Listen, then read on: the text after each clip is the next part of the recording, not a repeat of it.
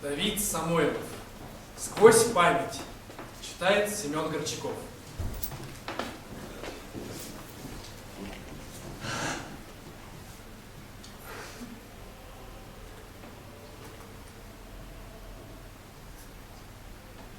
От Москвы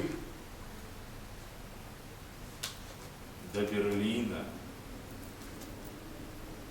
не близко. Сколько лет, сколько жизней не счесть. А обратно, считаю без риска, суток 8, а может и 6. Поезд мчится дорогою дальней, словно память летит сквозь года. Рядом струйкою горизонтальной вдоль дороги текут провода.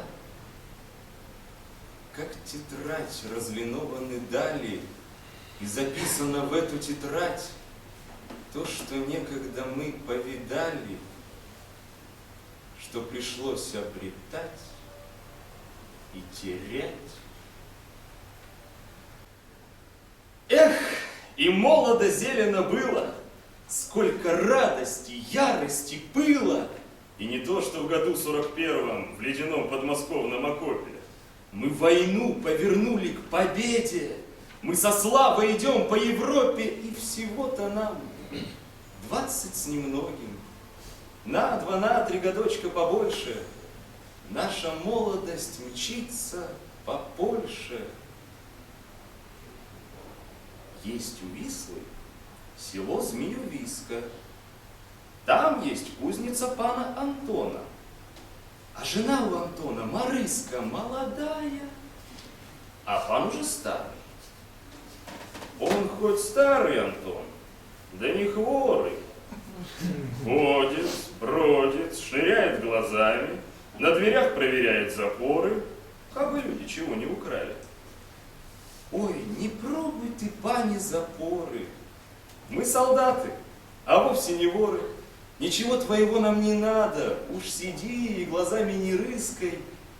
Дай словцом молодому солдату перекинуться с пани Марыской. А Марыска поет на крылечке, словно звонкие нижет колечки, и грустит голосок ее свежий. Ой, уйдут через Вислу жалнежи.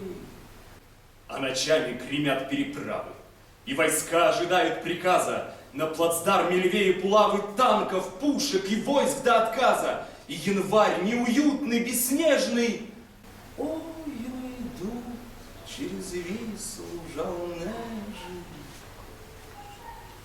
На рассвете ударили пушки, и, ломая узлы обороны, наши танки рванули с опушки, а за ними пошли батальоны, а рассвет был багров и огромен, и тяжелою тучей завален. Он пылал, словно 1000 домен, и гремел, как 1 000 000 наковален, а под ним, как под сводами цеха, грохотала машина сражения. После долгих часов напряжения вдруг свободное чувство успеха, и уже боевые порядки шли, не кланяясь перед снарядом. И противник пошел без оглядки, и войска покатились нарадом, растекаясь, как жидкая лава, не давая противнику драпать. Шли на запад, на северо-запад и на север. Туда, где Варшава.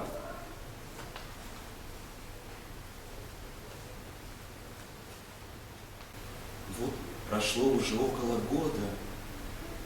После встречи короткой снова я взволнован. А может, Едвига выбегает встречать эшелон? Без платочка, в убогом пальтишке, плечи острые, как у мальчишки, шея тонкая, как у голчонка, некрасивая, в общем, девчонка. Помню, как она нас провожала. Сколько дней с той поры пробежало. Лёшка Быков, сержант белозубый, хохотал: «Да куда тебе с нами? Воевать не девчачья работа!» А кругом потешалась пехота: «Как-нибудь довоюем и сами!»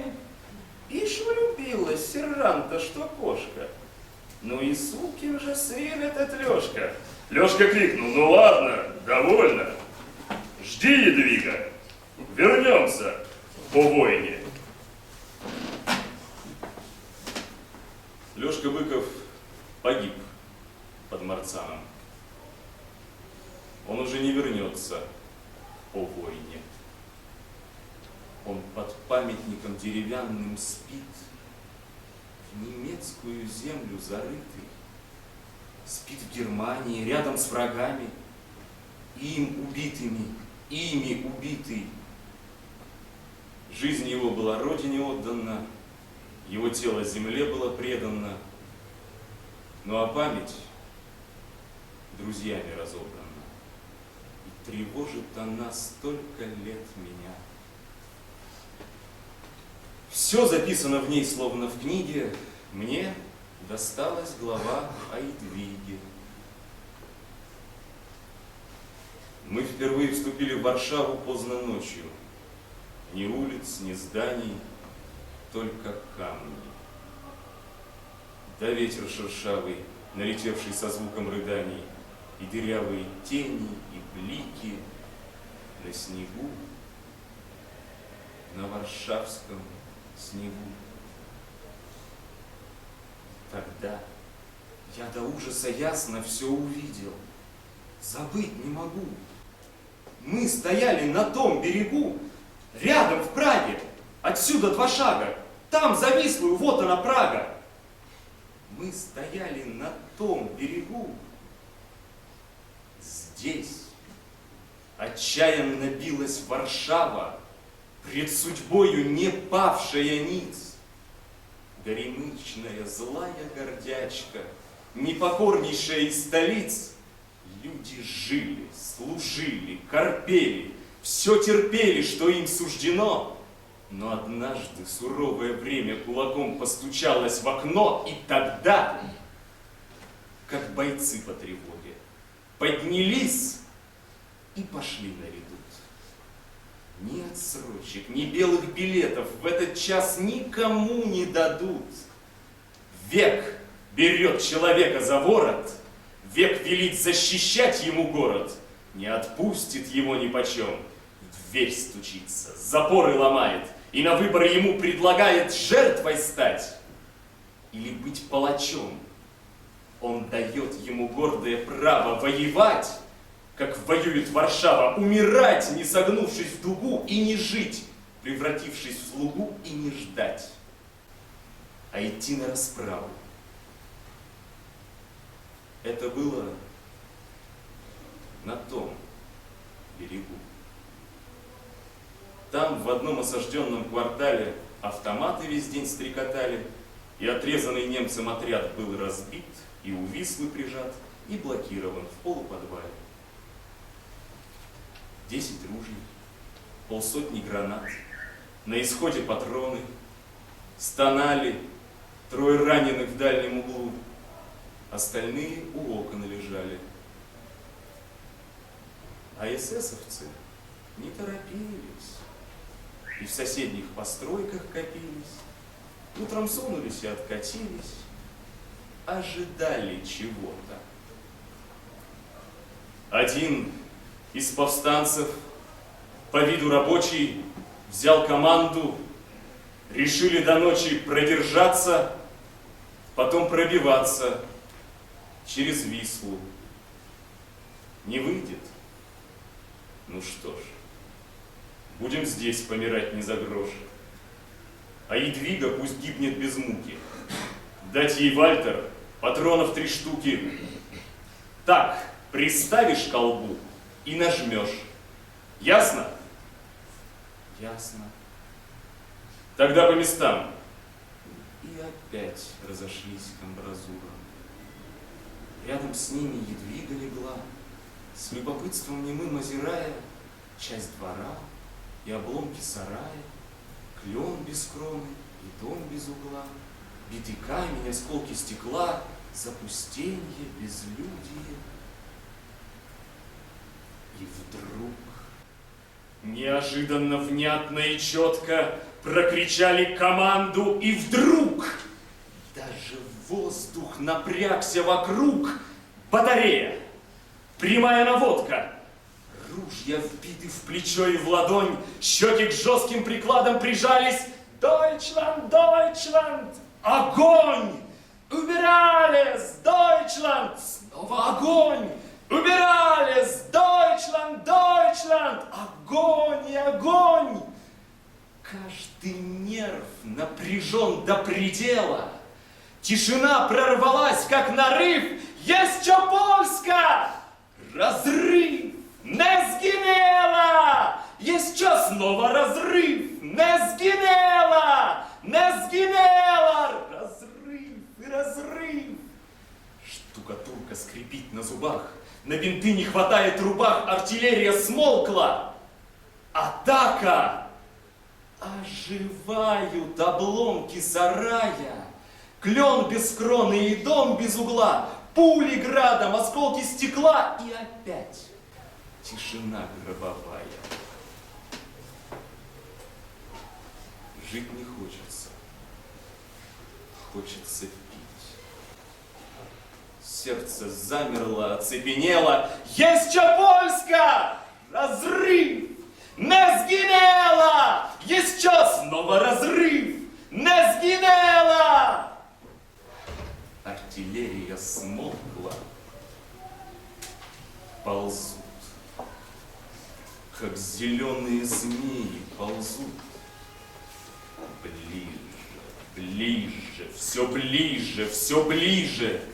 Я их вижу, прекрасно их вижу, но молчу, но помочь не могу. Это было на том берегу. Ночью штаб Комаровского бура выходил, чтобы сдаться врагу. Генерал безучастно и хмуро слушал то же, что слышали мы, этой ночью придя на прибрежье. Средь прорезанной заревом тьмы перестрелка звучала все реже, реже, глуше, короче, мрачней. В отражении багровых огней воды Вислы текли, словно лава. Мы угрюмо стояли над ней, а к рассвету замолкла Варшава.